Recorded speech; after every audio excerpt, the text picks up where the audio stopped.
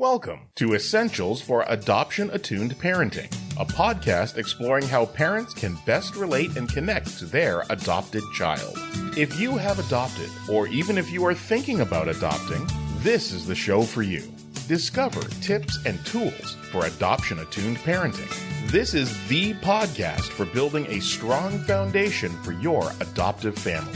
And now, from growing intentional families together, here are your hosts, coaches, and adoptive parents, Susan, David, and Gayle Swift. Hi, this is Susan from San Diego. Welcome to the Essentials for Adoption Attuned Parenting. I am joined by my co-host, adoption coach and consultant, author and adoptee activist, and my colleague at Growing Intentional Families Together, Gayle Swift. Good morning, Gayle. Good morning, Susan. I'm really glad to be with you today.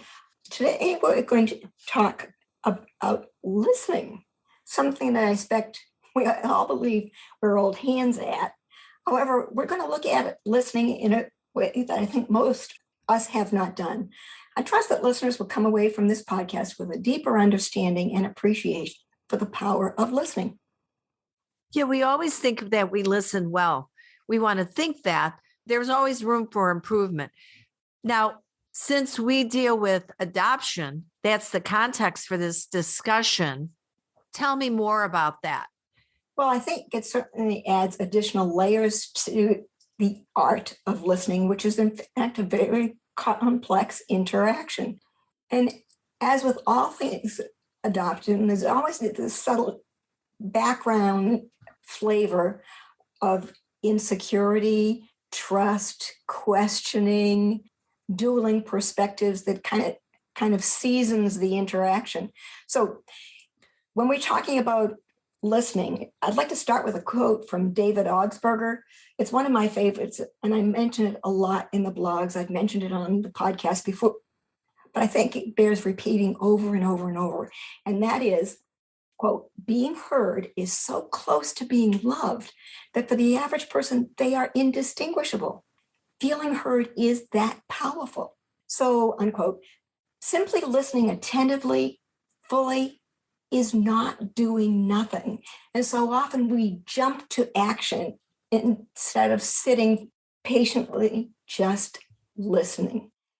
The breathing together, hearing their words, and just listening, giving our kids the complete stage, our full attention in that moment.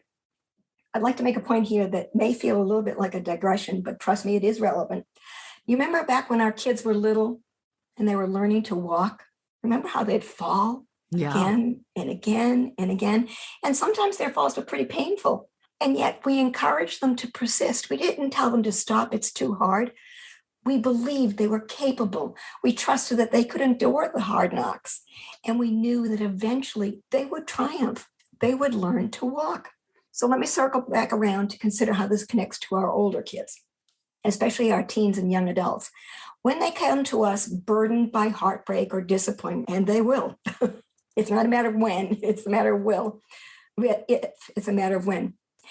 Many times we must keep in mind this same expectation that they are strong enough, they are capable enough, they are resilient enough to overcome this difficulty, whatever it is. So let me illustrate a specific example that a friend shared recently. Her adult daughter came to her crying and discouraged, defeated, ready to give up on accomplishing a significant life milestone, had to do with school. Her mom, our friend, immediately responded with heartfelt messages of encouragement. Oh, you can do it. What if you did? What if you did? But did her daughter feel soothed? In fact, she did not. Her daughter said to her instead, Mom, you never listen. Now, I can assure our listeners, and you know this person also, that this friend is a loving, caring, involved parent. And yet still, at least in that moment, her daughter felt totally unheard. And our friend felt stunned and perplexed. She had responded fully from her heart with love and heartfelt efforts to comfort, but that wasn't what her daughter wanted at that moment. Her daughter wasn't ready for comforting and encouragement. She wasn't ready for problem solving. She wanted to feel in her deepest self that her mom understood, saw, and felt her overwhelm. Her mom knew why she felt she had to give up. That's what she needed first. Problem solving was far lower on the sequence of need. Mm-hmm. So until our kids, and in this case, her daughter, felt genuinely heard and seen, any response our friend offered or we would offer our kids as parents feels off kilter and invalidating. To quote our friend's daughter, "You never listen." Yeah. Gayle, there's a lot of pressure on parents to do something, and I think that's the first reaction, whether it's encouraging or problem solve or fix it, or is to do something. And I hear you saying that, like, step back and before you jump in the water, just check out and see, what are they needing? What are they wanting?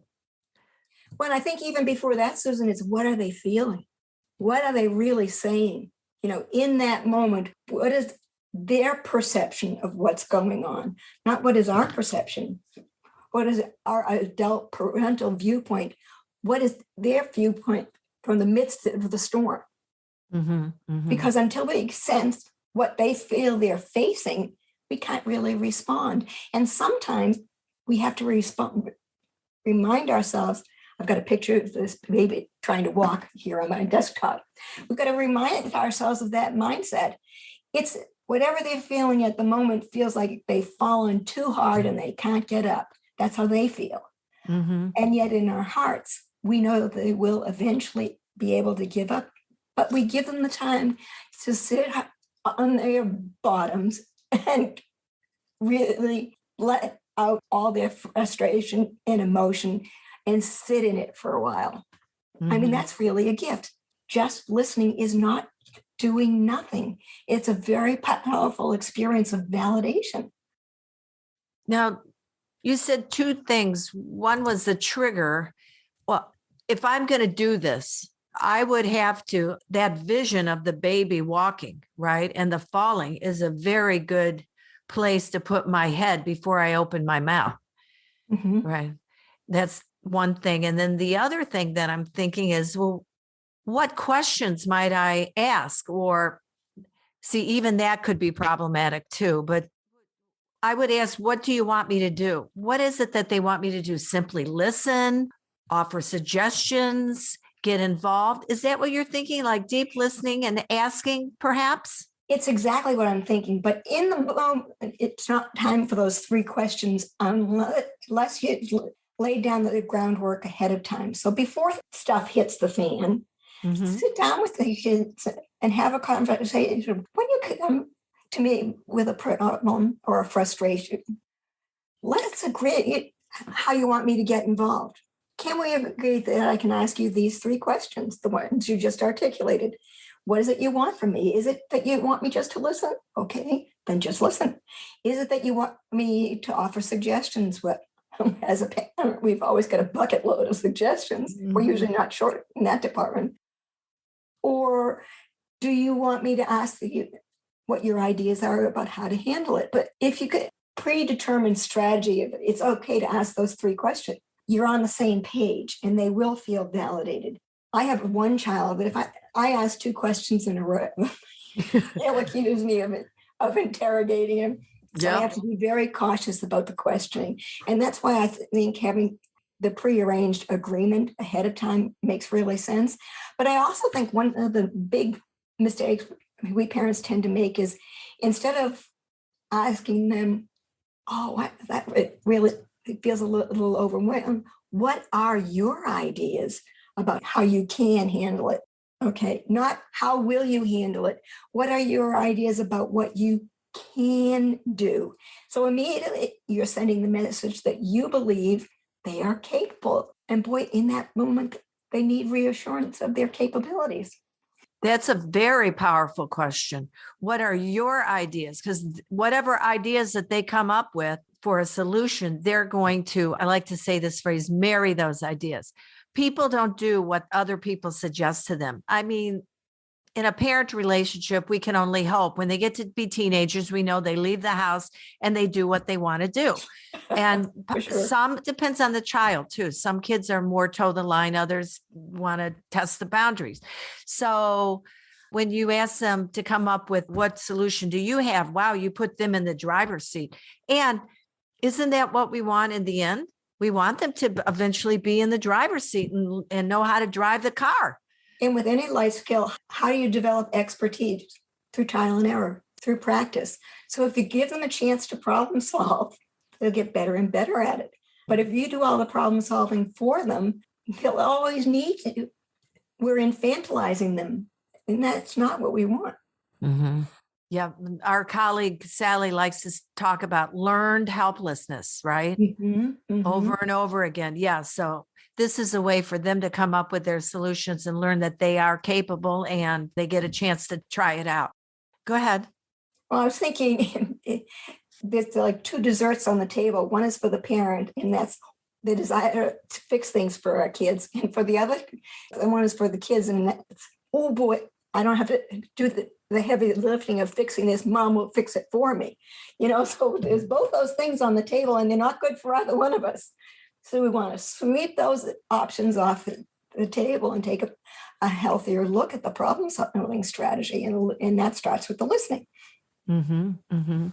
Now, we talk a lot about practice, right? And taking the baby steps. So you mentioned that your kids will eventually they'll get the idea what's going on here, right? So in other words, they're going to, like, if you come at them with, do you want me to simply listen or offer suggestions or get involved, or you have a whole kind of a coaching kind of a conversation.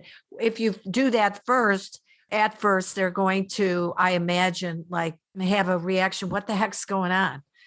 Right. Well, I think that's why you have to have that discussion ahead of time, not when you're in the midst of problem solving, because in the moment of them bringing this problem to you, that you absolutely have to be committed to the listening, not the questioning at that point. That's not the time for those three questions. Yeah. First, the powerful listening.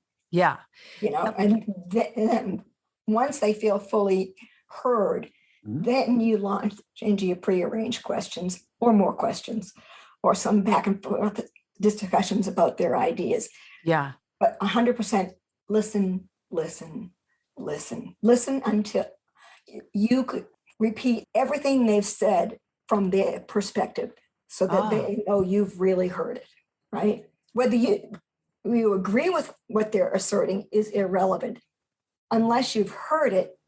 So once you've heard it, you can repeat it back to them, and then they will know, wow, they really can see and feel what I'm seeing, feeling, and hearing. Mm-hmm. Yeah, listen so that you understand their perspective. Listen to understand, not to refute, right, or to soothe or to solve. So my point was previously, I was thinking that you have to practice that as a parent. We started off talking about, we all think we listen well, but maybe not so much. So yeah, I think for parents, you're going to have to, or you would want to practice this skill. We could probably start with our partners. Yeah, right. Our partners. Exactly. Even colleagues and friends. Absolutely. Yeah. So you've had that previous conversation and they know that the one that says, what do you want me to do when you have a problem? Do you want me to simply listen or offer suggestions or get involved? I make up that they'll get to a point where they can say that when they're saying, hey, I'm so upset. And you say, and they'll say, and I don't want you to fix this, or I need help. I think they'll get to that point. But here's the thing. What kind of questions would you be asking for them to elicit once we're past the stage of where you can enter in, where you have listened and you have some understanding and you don't want to be refuting? What are your ideas, Susan? I like that. Very good. Well, you mentioned one. The first one, I might say, what are some of your ideas about this? Right? You gave it to me and I give it back. What are your ideas about this? And I think for myself, I might ask them, not for myself, I said, what are you learning? What are you learning from this? Or I might ask it this way. Is there something that you're learning from all of this Well, and that you haven't thought of? Yeah. I would turn that question back in on myself too, because if I ask myself, how will their handling this situation themselves help them to do things differently moving forward? That helps to anchor me in the mind space that A, they are capable, and B, it's their stuff to handle. Getting really clear on whose stuff is whose is so important when we're raising our kids, right? Because all too often we parents run in with the wheelbarrow or the dustpan and broom and sweep things up for them. And how will they learn if we do that? So remind myself in the moment, okay, how will their handling help them be more capable and do things differently in the future? I might ask myself, is this challenge a permanent or temporary challenge? And at some point I may ask them as well, is it going to be a short-term issue for you, or is it going to be a long-term issue? Does it require them some adjustment to the accomplishment of their long-term goals, or is this just kind of a temporary drive off the side of the road? Again, get clear about whose problem it is. Does it reveal some situation or elements that as parents we do have to handle? If that's true, get clear on which part is our child's stuff and which part is our stuff. So for instance, if you get a teenager that gets in trouble with the law, whether if it's something small or something big, maybe they had a traffic accident and there were consequences, get clear on where the dividing line is between their stuff and your stuff. Mm-hmm. Sometimes it's complicated in trying to disentangle a very clear demarcation because sometimes there's some gray areas. Mm-hmm. So, parenting is complicated. Growing up life is complicated. Life is that you can expect there'll be suffering and trouble and right. But if you've lived in a world that hasn't had that or doesn't expect it, I have to work hard at this. What? I have to work hard at parenting. I love this kid. It should be easy, right? It's not. It's not always easy. Gayle, I want to put these in our notes for the show. These questions that you're talking about, because mm-hmm. I feel like this is a very intentional process. Mm-hmm. And our listeners would want to think about it a little bit more and maybe practice. Yeah, one thing we often talk about among ourselves, life is a learning conversation, is all about learning every day as parents, as adults, as colleagues, as family members, and for our kids. I'd like to kind of conclude with a final thought, and that is that our kids are entitled to the lessons of the struggles. That's how they develop capability. That's how they develop confidence. That's how they develop resilience. We must not steal their lessons by intervening too soon or too often. In the school of hard knocks, and boy, our family learned this the hard way, the cost of life lessons increases as they get older. If they make a really bad decision before they're 18, it has a certain level of life consequence. If they're older than 18 and they make that same level of same poor choice, the life consequences may be way bigger. So it's better for them to learn when they're young and the cost is smaller. Don't mm-hmm. be so quick to intervene and rescue. When they're older, as I say, the stakes are high and the consequences can be so severe. It might have life-altering consequences for them. So please help them practice good decision-making, good problem-solving. Mm-hmm. Now, we started off with talking about listening, but you see how important it is, how it really can reverberate our listening skills, listening to what they need. And with that backstory of, hey, they're learning to walk and I want to help them to figure out how to problem solve. And I want them to get the lessons that they need. And I don't want to be rescuing them, taking that growth away from them. With all of that, you see how important it is to come to the table and listen and really assess what it is that they need. Yeah. So, yourself, Susan, have you ever felt well and truly listened to at a point when you're really struggling and you really truly needed to feel heard? Have you ever had that experience? Sure. And I say sure, like it's like nothing. No. Yes, I have. Yeah. Does it happen often? Not really. No. Yeah. So it truly is that blessing. Yeah, it's a gift. And I have a final point about listening. When your child comes to you, let's say they're all different levels. So whatever, if they're middle childhood or early childhood, even you can practice this with early childhood. Mm-hmm. Mm-hmm. Yeah. So they come to you and they're crying and they have an issue. It's best to let them, my mom used to say, cry it out. Well, it's not about comforting, or it's about being engaged enough to be with them so that you don't, like, I'll say, should all over the place. You should do this, you should do that. Or mommy will fix it, mommy will make it better, or daddy. I think it really requires you to have some step back a little bit. Comforting, yes, comforting, whatever is needed at the time. But what you're saying is don't overstep. Initially, let them have their feelings. Don't pat their back and say, don't cry, don't cry, don't cry. In that moment, they need to cry it out. They have this big set, angry, frustrated, overwhelmed, whatever the big feeling is. They need to express it. We don't want to teach them to stuff it or deny it or camouflage it. Let them have their feelings. Once they've kind of gotten to that point, we've all gotten to that point, right? Where you cry and you cry and you cry and suddenly the balloon is deflated. And then you can engage in the comfort, in the conversation of what is it you want from me? Interaction, empathy, ideas, problem solving, but not until they've had their feelings and you've validated and listened. Mm-hmm. Yeah. Very good. Validating their feelings. Mm-hmm. Now, there's another thing, that quote that you mentioned in the beginning, when you feel validated, when you feel heard, it does feel more like love. Gayle, we've talked about listening as a way of loving. And I also want to acknowledge with you that February has been designated as Black History Month, when we get an opportunity to focus on the contributions and the sacrifices of African Americans who have helped shape our nation. Black History Month celebrates the rich cultural heritage, triumphs, and adversities that are an indelible part of our country's history.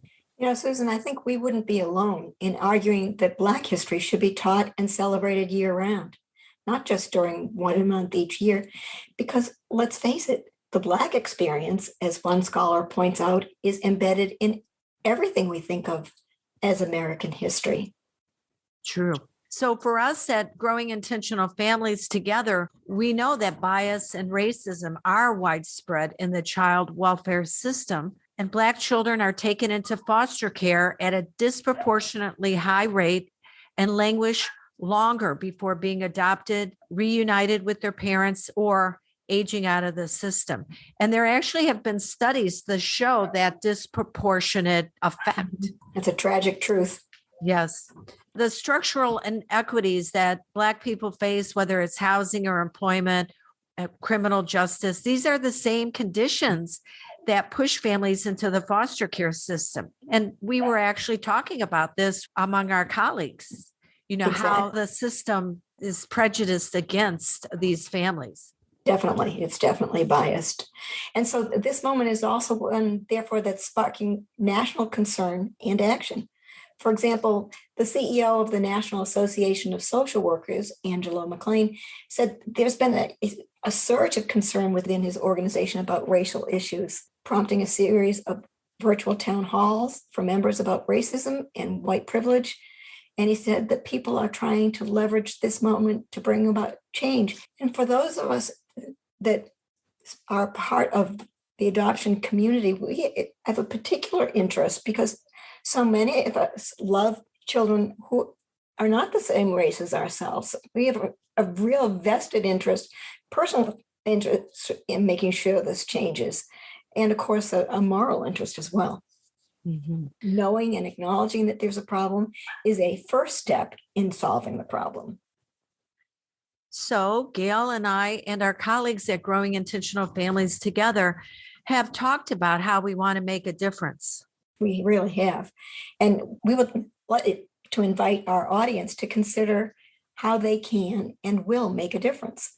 As a company, Growing Intentional Families would like to announce that we are beginning a practice of observing what we're going to call Make a Difference Monday. Every Monday, we will highlight one effort we are making in the child welfare or social services community.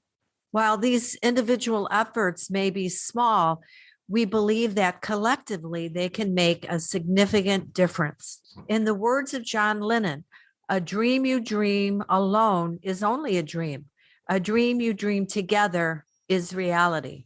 So, Susan, let's work together to make the dream of social justice a reality. We'll cover some topics as well on our podcast about Absolutely. these different issues that come up. And always, it's about adoption attunement and adoption, all things adoption. Absolutely. Gayle, we've come to a close today. I want to remind our listeners that these are our observations as coaches and adoptive parents. And we know that each person and family are unique and their experiences may be different from ours. And our hope is that you'll consider adoption attunement practices as a guide for parenting your adoptive family. We'd like to invite our listeners, Susan, to go to our website and read our blogs. Mm-hmm. There's a lot of content there. And they can also subscribe to our newsletter. We'd also like them to go to our Facebook page and leave their comments. We'd like to hear from you and interact with you. Tell us what's going on in your family and let's talk about it. We'd also like to let you know that Growing Intentional Families Together coaches are available to present workshops online. Yes, contact us at www.giftfamilyservices.com to explore this possibility. We'd love it. That brings us to a close for today. I'm Susan from beautiful and mostly sunny San Diego. Today it's sunny here in Florida, but shockingly cold. And remember, adoption matters. Talk about it, read about it, learn about it, and listen to your kids. Until next time, Susan and I invite you to share your experiences with us. Oh, we already said that, but we would love it. So please log on and share with us. And so it went really quick today. What a good discussion. So long. Bye-bye. Thank you for listening to Essentials for Adoption Attuned Parenting. If you liked the program, please leave a rating and review on iTunes to help us spread the message about building strong and connected adoptive families. If you'd like more information about Growing Intentional Families Together and their adoption coaches, as well as to sign up for your free coaching consultation, visit giftfamilyservices.com. We have enjoyed being with you and invite you to join us again next time for another Essentials for Adoption Attuned Parenting.